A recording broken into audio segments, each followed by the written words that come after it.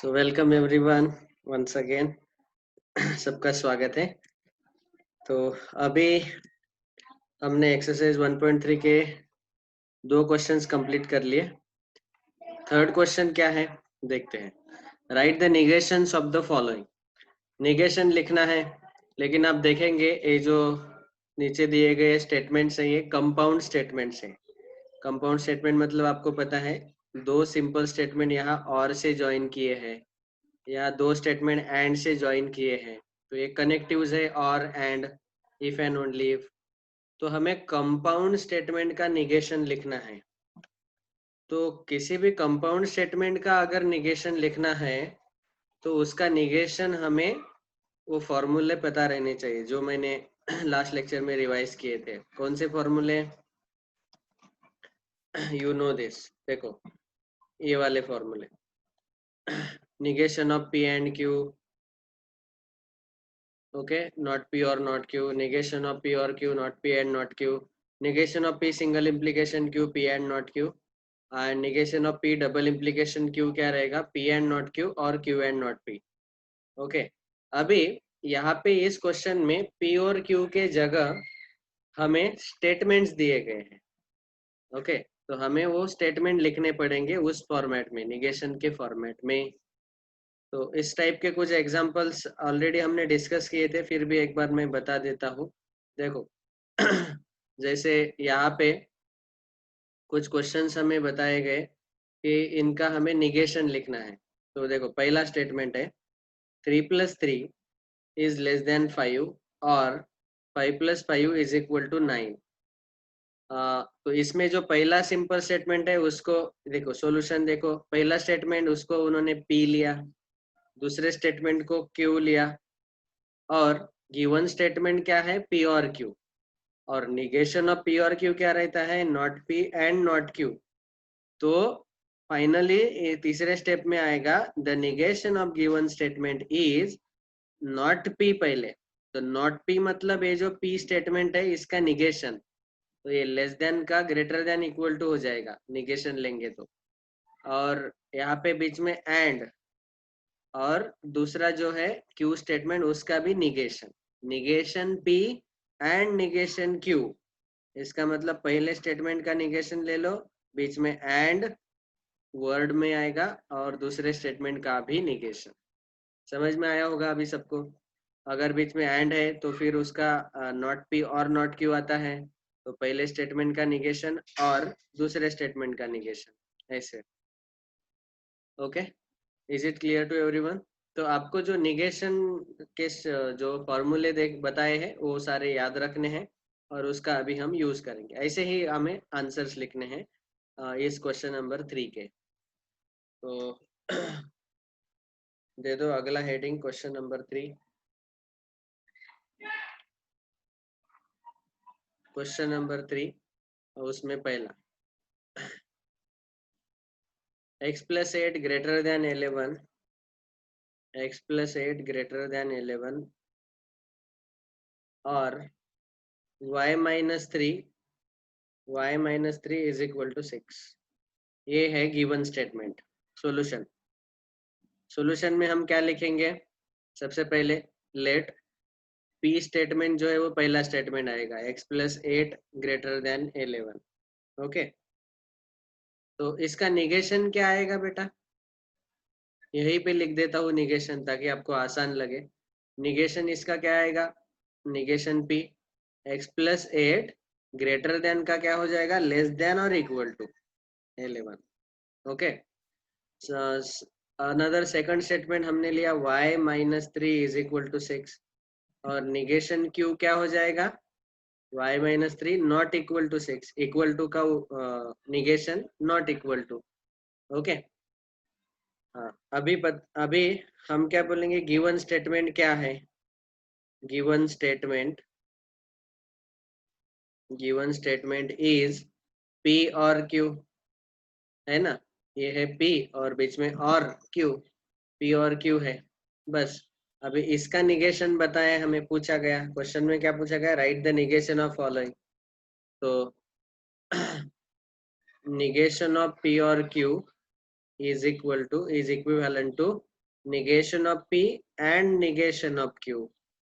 Okay, so therefore negation of given statement is, तो negation क्या आएगा, पहले negation P बाद में and negation Q. तो negation P हमने पहले ही लिखा ताकि आपको आसान लगे. सो हम लिखेंगे x plus 8 less than equal to 11, a negation P, बीच में and वर्ड में लिखना है. और निगेशन Q ये है y minus 3 not equal to 6. Okay, तो ये है हमारा answer. This is the step, last step is our answer. लेकिन याद रखना है बेटा कि जब आपको ऐसे कनेक्टिव वाले स्टेटमेंट दिए हैं तो निगेशन लेते वक्त डायरेक्टली नॉट नहीं लिखना है.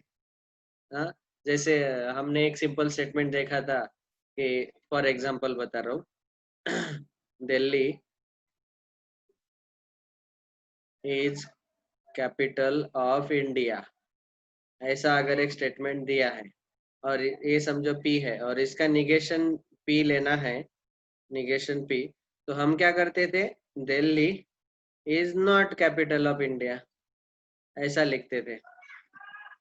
लेकिन ये कौन सा स्टेटमेंट था, ये सिंपल स्टेटमेंट था. तो सिंपल स्टेटमेंट में सिंपली हम अगर नॉट नहीं है तो नॉट लगा देते हैं, और पहले से ही नॉट है तो उसका निगेशन लेते वक्त नॉट को हटा देते हैं. ये सिंपल स्टेटमेंट के लिए है. लेकिन ये सारे अभी हम डिस्कस कर रहे हैं कंपाउंड वाले हैं, जिसमें और and if and only if then ये रहेंगे. तो तब उस केस में आपको ये सारे हमारे जो फॉर्मूले हमने डिस्कस किए निगेशन वाले, वो यूज करके आंसर लिखना है. ओके, तो सेकंड का क्या आएगा, ये P एंड Q है तो उसका निगेशन नॉट P और नॉट Q आएगा. तो पहले का निगेशन लेस देन का ग्रेटर देन इक्वल टू आएगा, एंड की जगह और 25 ग्रेटर देन की जगह लेस देन इक्वल टू आएगा. हो गया आंसर. तो इसका मैं लिख के नहीं दूंगा, आपको समझ में आया होगा. फाइनल आंसर क्या आएगा, 11 ग्रेटर देन इक्वल टू 15. ये P एंड Q है और उसका निगेशन नॉट P और नॉट Q आता है, तो ये नॉट P और नॉट Q. 25 लेस देन और इक्वल टू 20, ये है negation. Quadrilateral is a square if and only if it is a rhombus. अभी ये अगला स्टेटमेंट है, ठीक है. तो फिर इसका निगेशन क्या आएगा देखते हैं. Quadrilateral is a square if and only if it is a rhombus. So number 2, second हमने ओरली डिस्कस किया. अभी number 3, quadrilateral is a square if and only if it is a rhombus. देखो आपको याद है ये इफ एंड ओनली इफ कब आता है, this means double implication. Okay, अभी पहला स्टेटमेंट हम लेंगे P quadrilateral is a square. ये पहला स्टेटमेंट ले लिया. ओके, दूसरा स्टेटमेंट Q आएगा, दूसरा वाला simple statement, it is a rhombus. मतलब हम लिखेंगे क्वाड्रिलेटरल इज अ रोम्बस. ठीक है, तो ये P और Q हमने सेपरेट स्टेटमेंट लिख लिए. अभी गिवन स्टेटमेंट क्या आएगा, कौन बोलेगा गिवन स्टेटमेंट का सिंबॉलिक फॉर्म क्या आएगा. Given statement is quadrilateral is a square if and only if it is a rhombus. बोलो, इफ एंड ओनली इफ का मतलब डबल इम्प्लीकेशन. ठीक है, तो देखो अभी ये डबल इम्प्लीकेशन वाला एक एग्जांपल दिया है, चौथा वाला क्वेश्चन. इसको देख के हम उसको सॉल्व करेंगे. The number is an even number if and only if it is divisible by 2.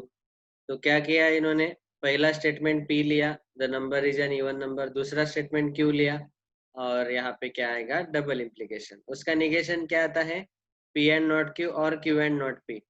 तो P एंड नॉट Q और Q एंड नॉट P, ऐसे पूरा ये स्टेटमेंट आपको लिखना है. ठीक है, बस इसी टाइप के हमारे स्टेप्स आएंगे. तो given statement is P double implication Q, negation of P double implication Q क्या आएगा?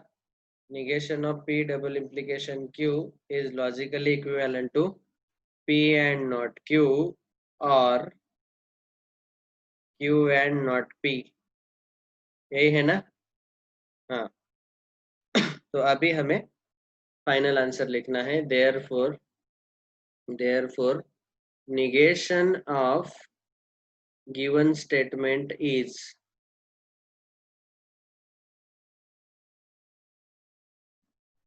p and not q। तो p स्टेटमेंट मतलब कौन सा? A quadrilateral is a square. Quadrilateral is a square and not q। not q मतलब quadrilateral is a rhombus का negation. इसका negation यहीं पे साइड में लिख देते हैं। निगेशन p क्या आएगा? Quadrilateral quadrilateral is not a square. ठीक है। और इसका निगेशन क्या आएगा? Quadrilateral is not a rhombus. बस नॉट लगाना है। तो ए हुआ हमारा p एंड नॉट q। तो नॉट q हमने लिखा अभी। Quadrilateral is not a rhombus and अभी क्वाड्रिलेटरल की जगह इट वर्ड भी यूज कर सकते हैं, pronoun. It is not rhombus. उसके बाद क्या है? और पी एंड नॉट क्यू हो गया, बीच में है और।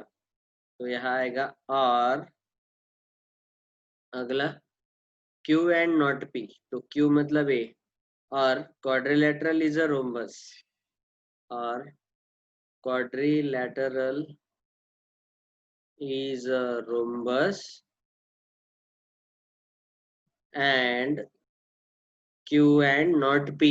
not P मतलब ए quadrilateral is not a square। quadrilateral की जगह आप it भी यूज कर सकते हैं। so it is not a square। ठीक है। तो ये हुआ इसका आंसर। बहुत आसान है। तो यहाँ से हमें पता चला कि कैसे हम निगेशन लिख सकते हैं। ओके। जो कंपाउंड स्टेटमेंट है उनके निगेशन। अभी ये इफ एंड ओनली इफ वाला हो गया। ये एंड वाला है तो इसका तो हम यहीं पे लिख देंगे। एंड के केस में क्या होता है? पी एंड क्यू अगर है तो उसका निगेशन नॉट पी और नॉट क्यू ऐसा होता है। तो यहाँ P statement it is cold लिखा और Q statement it is raining लिखा। तो उसका negation it is not cold, it is not raining. So ऐसा लिखेंगे फिर इट इज नॉट कोल्ड और इट इज नॉट रेनिंग। बस हो गया आंसर। समझा? नेक्स्ट ये फिफ्थ वन है। If it is raining then we will go and play football. Then we will go and play football. अभी देखो यहाँ पे टोटल कितने स्टेटमेंट है। आपको इसको पहले लॉजिकली लिखना है, सिंबॉलिकली, सिंबल के फॉर्मेट में। If it is raining then we will go and play football. तो यहाँ पे इफ देन है और यहाँ पे एंड भी है। ठीक है। तो देखते हैं कैसा लिखेंगे इसका आंसर। तो यहाँ पे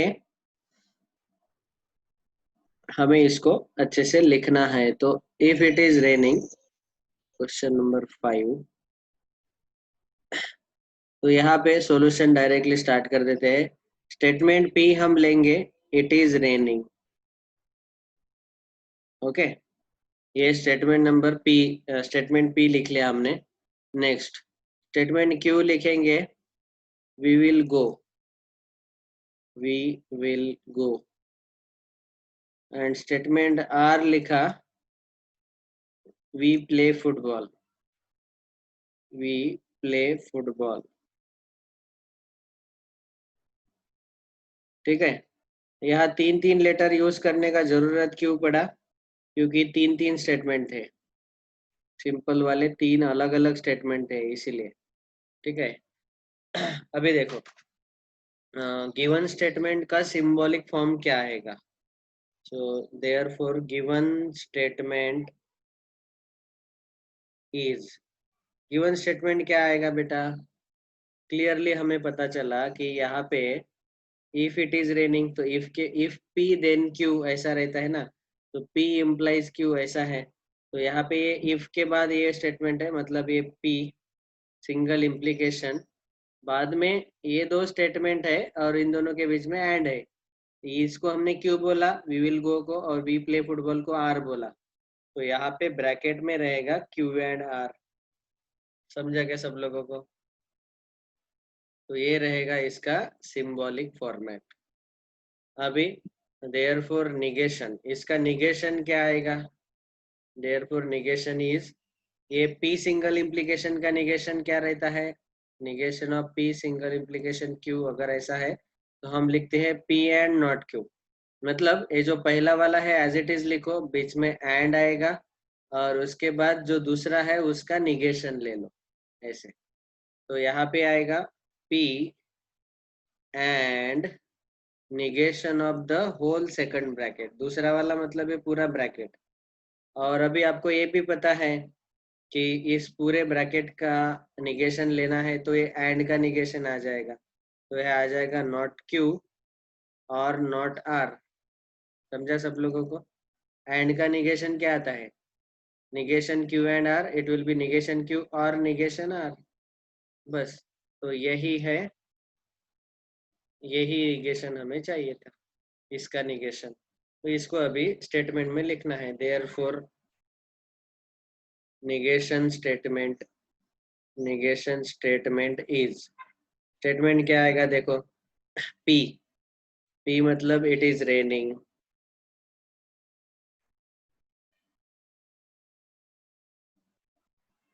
बीच में है, बाद में एंड, इसको देख के हमें लिखना है सब कुछ।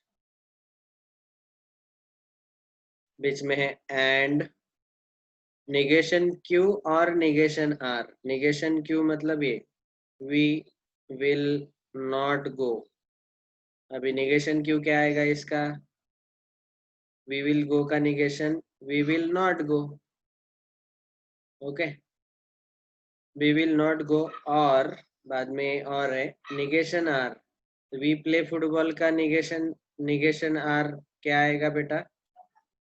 We don't play football.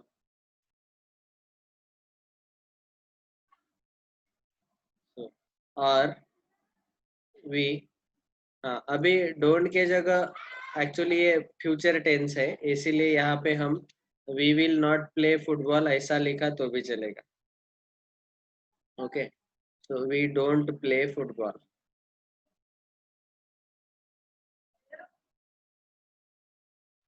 और इस डोंट के जगह मैंने क्या बोला, इस डोंट के जगह आप विल नॉट लिखा तो भी करेक्ट है और ये भी करेक्ट है। ठीक है, so this is the answer. ऐसे आपको आना चाहिए निगेशन। ऑल राइट, तो हमने एक्सरसाइज के ये सारे क्वेश्चन कवर कर लिए। Sixth one you can write directly, root two is not a rational number. Seventh, eighth और नाइन्थ ए फॉर ऑल और देयर एग्जिस्ट वाले हैं, वो अभी अगले पार्ट में डिस्कस करेंगे। Thank you.